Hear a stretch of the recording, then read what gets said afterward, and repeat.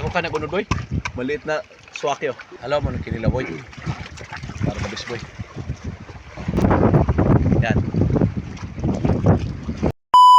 Yon for today's video guys, yan kagagaling lang namin ni Migs.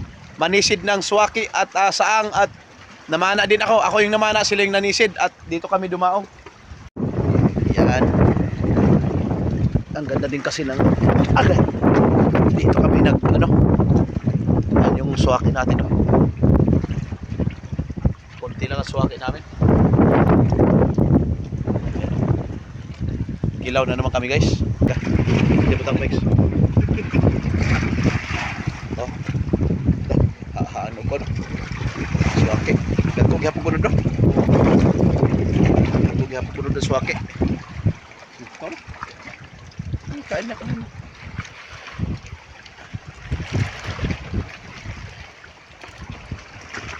Maganda dito guys sa spot na to. Yung Dubuan Beach dito sa aming barangay yan yung aming bangka.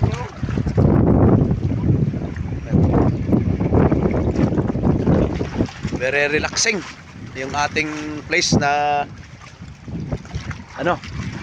dinaongan at para kumain.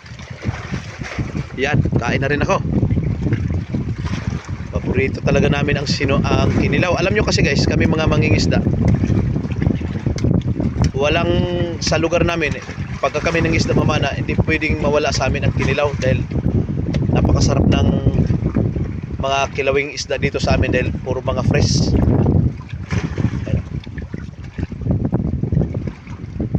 Dami kayo guys.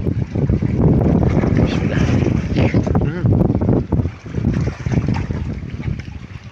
Boy, siguro ka boy.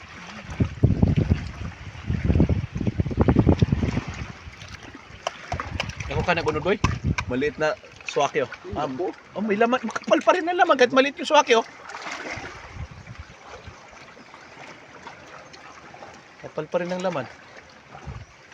Napakalit lang yan guys, pero makapal pa rin yung laman Doon ko nang guys.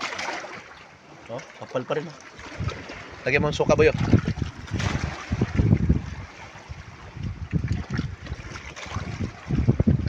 Alam mo nung kinila boy. Para mabis boy.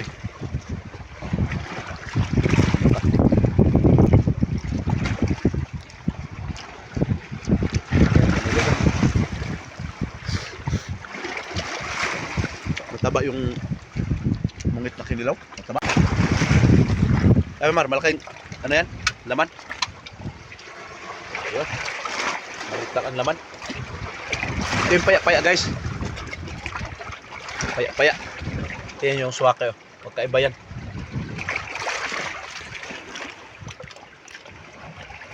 Galian na ako nabusog Ganito lang kasimple ang aming dito guys sa probinsya. Pagkagaling mangisda, dadaong dito sa spot na mga ganito. Tapos kumain. Ayan. Tapos pag maraming huli, nakakabenta kami ni Mix. At malapit na rin naman ang habagat.